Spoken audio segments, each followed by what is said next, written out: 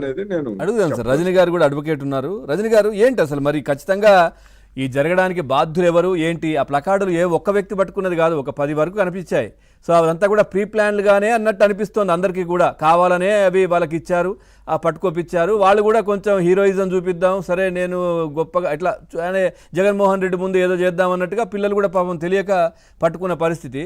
So ఏంటి మరి దీనికి సంబంధించి నోటీసులు ఎవరికైనా ఇవ్వచ్చా ఏంటి? లేదనంటే అక్కడ చనిపోయిన వ్యక్తులు ఎవరైతే ఇద్దరు ఉన్నారో దానికి బాధ్యులు ఎవరు? అసలు జగన్మోహన్ రెడ్డికి సంబంధం లేదా? ఒక అడ్వకేట్గా మీరు ఏం చెప్తారు? కూటమిలో కూడా మీ పార్టీ ఉంది కాబట్టి ఏంటి ప్రభుత్వం తరపున ఏం చెప్తారు? ముఖ్యంగా ఎప్పుడైతే పోలీస్ యాక్ట్ కి విరుద్ధంగా ఎవరైతే ప్రవర్తిస్తారో, ఎవరైతే ఆచరిస్తారో వాళ్ళందరూ సరుకులేనండి.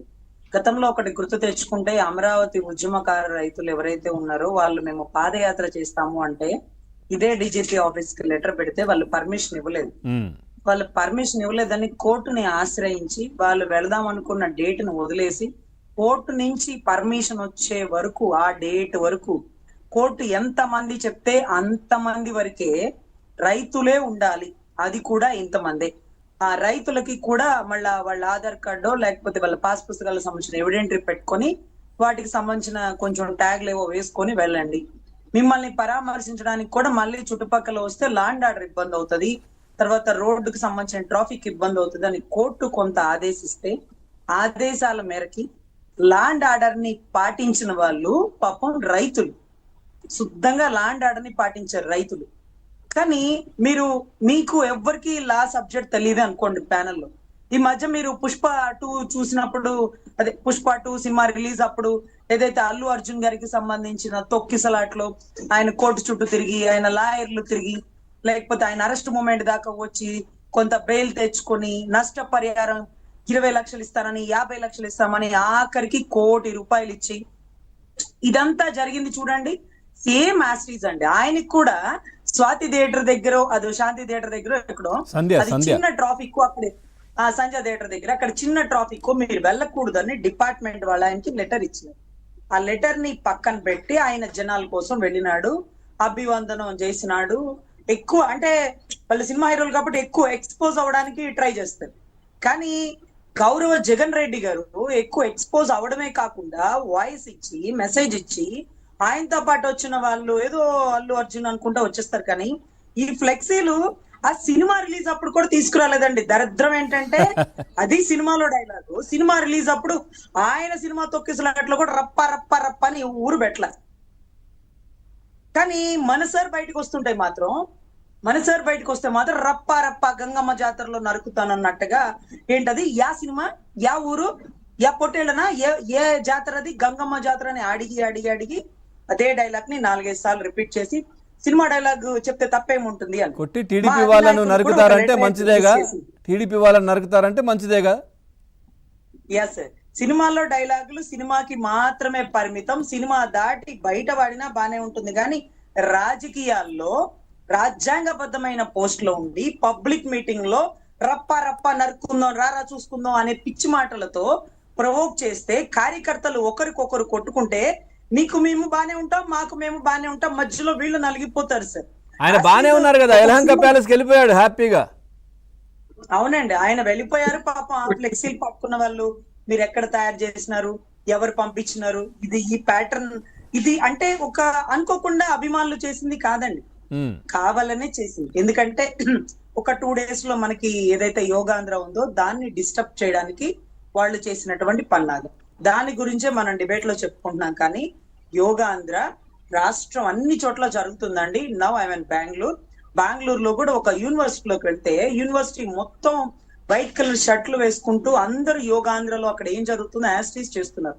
అంటే నాకు తెలీదు ఆంధ్రాలో ఒక్కటే చేస్తున్నారేమో అనుకున్నాను.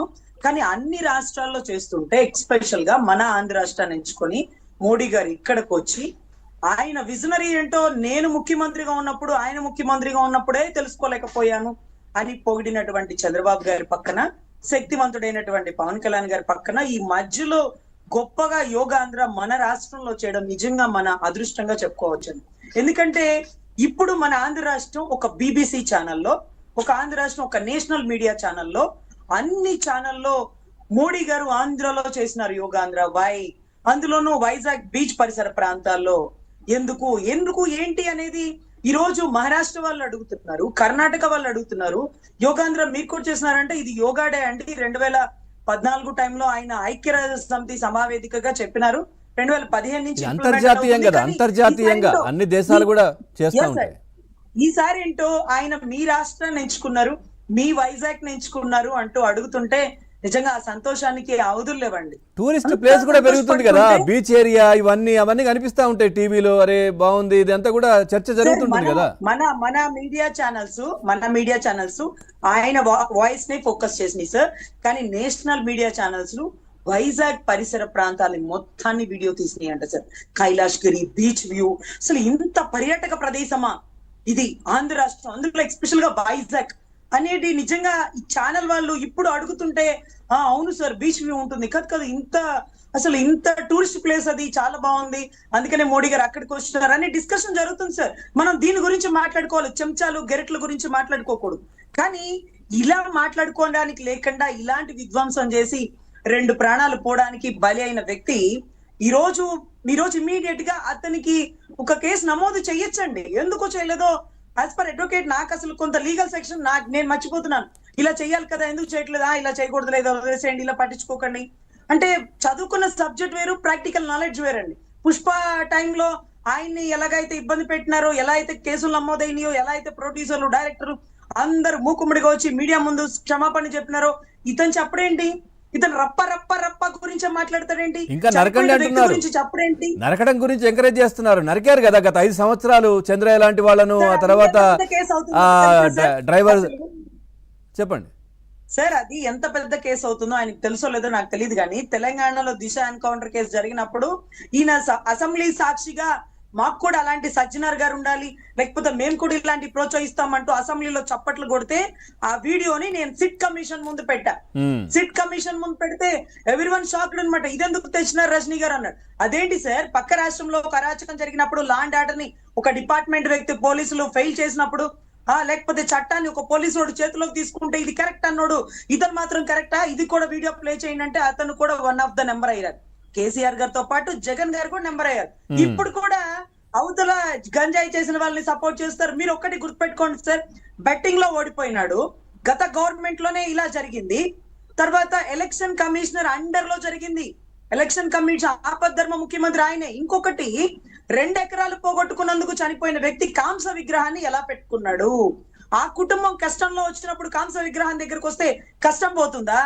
నీకు ఆ 2 ఎకరాల్లో ఉన్న వ్యక్తి బెట్టింగ్ లో పోయినోడు చనిపోతే అభిమానం ఉంటే నువ్వు ఇలాంకాలో 1 ఎకరం ఇవ్వు, ఆంధ్ర రాష్ట్రంలో పులివెందులలో 1 ఎకరం ఇవ్వు, ఒక ఇల్లు కట్టించు, ఆ కుటుంబంలో వ్యక్తికి ఒక సాక్షి మీడియాలో ఒక ఉద్యోగం ఇప్పించు, లేకపోతే నీ భారతీయ సిమెంట్ లో క్యాడర్ ఇప్పించు. అంతేకాని కాంస విగ్రహాలు కట్టడం ఏంటి? కింద శిలాపలకం మీద ఏం రాస్తారు సార్?